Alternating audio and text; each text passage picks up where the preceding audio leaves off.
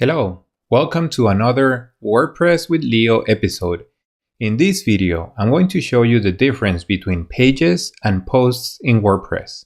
I am not going to go through a bunch of PowerPoint slides. I want to show you the difference in a real website. No PowerPoint, no screenshots. The website will be a new, fresh installation of WordPress. It's probably like the one you currently have.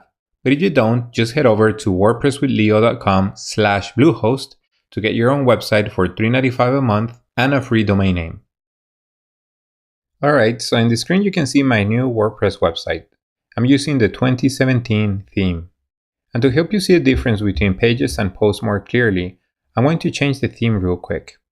That way, the difference between pages and posts will be more obvious, and you'll see why later. I'm just gonna go to themes. I wanna search for a theme.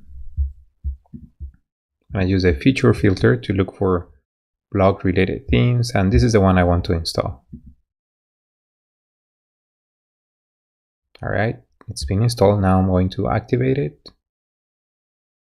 And I'm going to make sure that the change did happen. And there it is, my website with that new theme that we just installed. All right, so posts are good for time-based information. They're good for articles that are published in a regular basis or for a news section. For example, here you can see that I have one post and it's displaying the post date or the published date, who the author is, and it can also display categories and also tags, just that I don't have any tags in this post, but you can see the published date, the category, and the author, right? Okay, and for pages, we have one page here. Let's go to that sample page. Pages are good for information that usually does not change much. It's static information, you could say. As you can see, it does not display the author, it does not display the published date.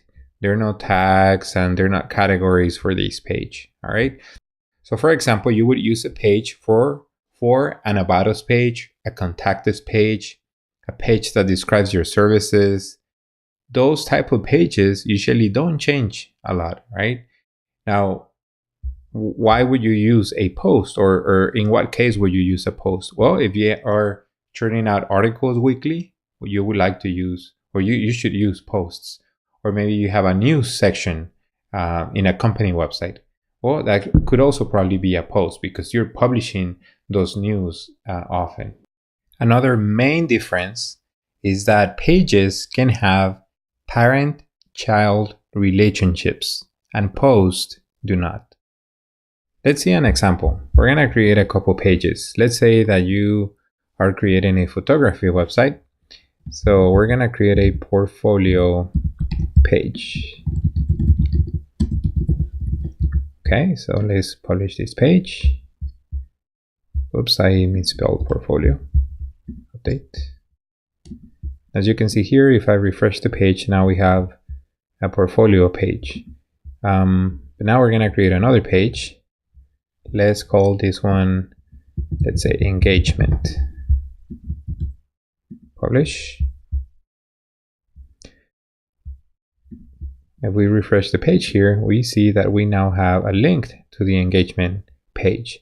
But we want this page to go under portfolio because we're going to create other types of photography under portfolio. How would we do this? Well, if you look here on the right side at the bottom, it says page attributes, right? Now, currently it says that the engagement page does not have a parent, but we can set portfolio page to be the parent of the engagement page. Let's hit update. And let's do the same for a couple more pages. Let's say this one is going to be called family. And we're going to set portfolio as the parent page.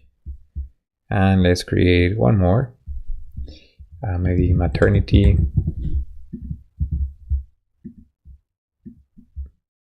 Publish. As you can see here on this drop-down menu, the engagement and the family pages are already indented relative to the portfolio page, right? Now let's go back to our website. I'm going to hit refresh. Now the engagement page is gone from the main menu. But if we mouse over the portfolio link, we'll see that that portfolio has 3 child pages: engagement, family, and maternity. So this is the type of relationship that pages can have with other pages, but posts cannot have these type of relationships with other posts. All right, so let's go back to the home page. And another main difference between pages and posts is that posts can be easily categorized into custom categories, and they can be easily archived by date. Also, as you can see here, we have archives by date. Now we only have one post, and that's why it only says November 2017, because this one was created in November 2017. But let's add one more post. So let's go to add new, and another sample post, blah, blah, blah. And let's hit published. All right, so now you can see here that the post was published in January 4th, 2018. And if we go back to our website and hit refresh, now we have a new month come up, January 2018. So let's say that we have 5 posts from November 2017. When we click on that link, all those 5 posts would come up here. And that's something that we cannot do with pages. Now, categories. We see here that we only have one category. It's called uncategorized. But we can add custom categories for posts. So here on the right side, this section called categories, I'm going to add a new category. Let's say that that category, or let's say that that post has to do with animal photos. So let's just create a category called animals, and we're going to hit add category. And we're going to uncheck the uncategorized checkbox, hit update. And when we go back to our website and we hit refresh, we see that we now have these new animals category. So if we hit here, if we had more posts categorized as animals, then they would come up on this page. The link specifies that we're looking at category animals.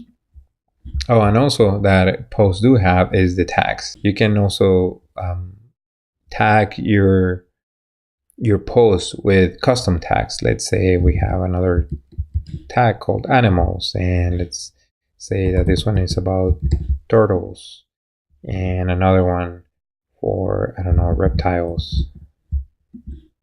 And now we hit update. We go back to our website, to the homepage. And now here under our post, we see that it has been tagged animals, reptiles, and turtles. One more difference that I would like to point out is that on the posts, you can allow your readers to post comments, right? And you would usually not do that with pages. So just as an example, hello, here is a comment, post comment, and now the comments would appear on the bottom of that post. But on pages, you would usually not allow comments on your pages.